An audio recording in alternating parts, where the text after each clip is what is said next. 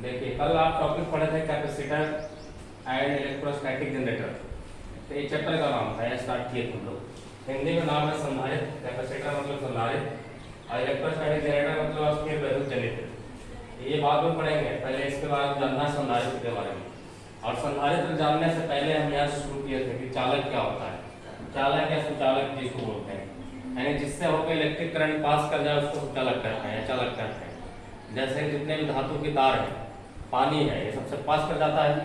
तो जितने भी धातु हो गए सबसे विद्युत पास करता है, तो धातु चालक हो गया। पानी है, ब्लड है आपका, रक्त खून जिसको बोलते हैं, इससे इलेक्ट्रोस्टैटिक पास करता है, मतलब विद्युत धारा पास कर जाती है। तो ये सब चालक है। जिस पदार्थ से विद्युत धारा पास कर जाए, गुजर जाए, वो सब चालक है। और जिससे ना गुजरे वो चालक। जैसे लकड़ी ऐसे होगी तो लकड़ी से नहीं गुजरेगा, दीवार से नहीं गुजरेगा, प्लास्टिक से नहीं गुजरेगा, रबड़ से नहीं गुजरेगा, बटन से नहीं जाएगा, कुर्सियां से नहीं जाएगी। तो ये सब कुचालक हो गए। और मेन टॉपिक ये था विद्युत धारा, विद्युत धारिता, चालक की विद्युत धारिता, इसी के बारे में पढ़े थे। इंग्लिश में बोलते हैं इलेक्ट्रिक कैपेसिटेंस। किसका? तो चालक का। कुचालक के बारे में जिससे विद्युत धारा पास कर रहा है उसकी विद्युत धारिता की पास करेंगे। तो विद्युत धारिता का मतलब क्या होता है पहले ये समझा जाए। विद्युत धारिता का मतलब बताए थे कि कोई चालक अपने अंदर कितना आवेश धारण कर सकता है।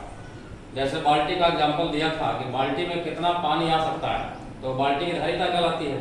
बाल्टी की कैपेसिटी कहा जाता है कि बाल्टी में 10 लीटर पानी आएगा तो उसकी 10 लीटर कैपेसिटी हो गई, धारिता हो गई। तो उसको फिर मीटर क्यूब या सेंटीमीटर क्यूब में हम लोग बदल देते हैं, या मीटर क्यूब है तो लीटर में बदल देते हैं। सेम चीज यहाँ है। कोई भी पदार्थ है जो चालक है यानी कि धातु का है, तो उसमें कितना आवेश हम दे सकते हैं, वो होल्ड करने का क्षमता, उसको धारण करने की क्षमता कितने है, उसी को बोलते हैं विद्युत धारिता।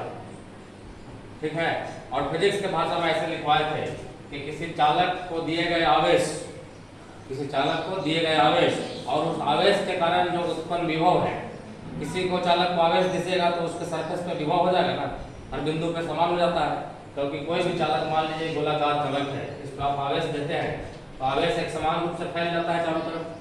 तो हर जगह जब आवेश एक जैसा है तो हर जगह विद्युत विभव एक जैसा होगा। तो हर बिंदु पे आवेश सेम है, तो हर जगह यानी समविभवी पृष्ठ हो गया, ये हर जगह पे विद्युत विभव सेम है। तो जब किसी चालक को हम आवेश मान लीजिए Q दिए और उसके कारण उसका विभव जो है V है इस आवेश के कारण, तो इसी दोनों के अनुपात को बोलते हैं विद्युत धारिता। यानी आवेश और विद्युत विभव, जिस आवेश के कारण जो विभव उत्पन्न हुआ, और इसको विद्युत धारिता को C से सूचित करते थे। C, और C को तिरछा लिखना है थोड़ा सा। तिरछा लिखेंगे तो विद्युत धारिता है, और यदि सीधा लिख दिए तो उसको कूलम्ब बोलेंगे, जो विद्युत आवेश का मात्रक था।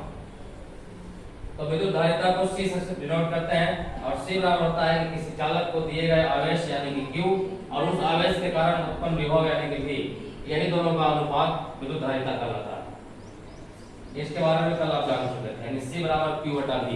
इसी को दूसरे भाषा में ऐसे बोले थे कि किसी चालक के विभव को इकाई से बढ़ाने के लिए, यानी विभव का मान इकाई से बढ़ाने के लिए जितने आवेश की आवश्यकता पड़ती है उसी को बोलते हैं विद्युत धारिता।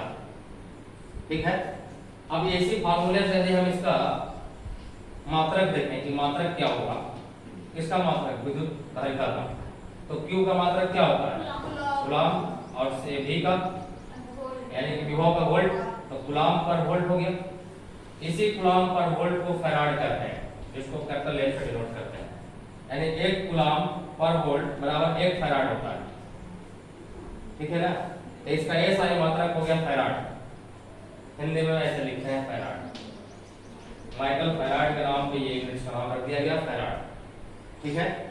1 कूलम्ब पर वोल्ट बराबर होता है 1 फैराड। ये मात्रक हो गया विद्युत धारिता का। फैराड बोलेंगे, कूलम्ब पर वोल्ट नहीं बोला जाता, सिंगल यूनिट का यूज करेंगे हम लोग।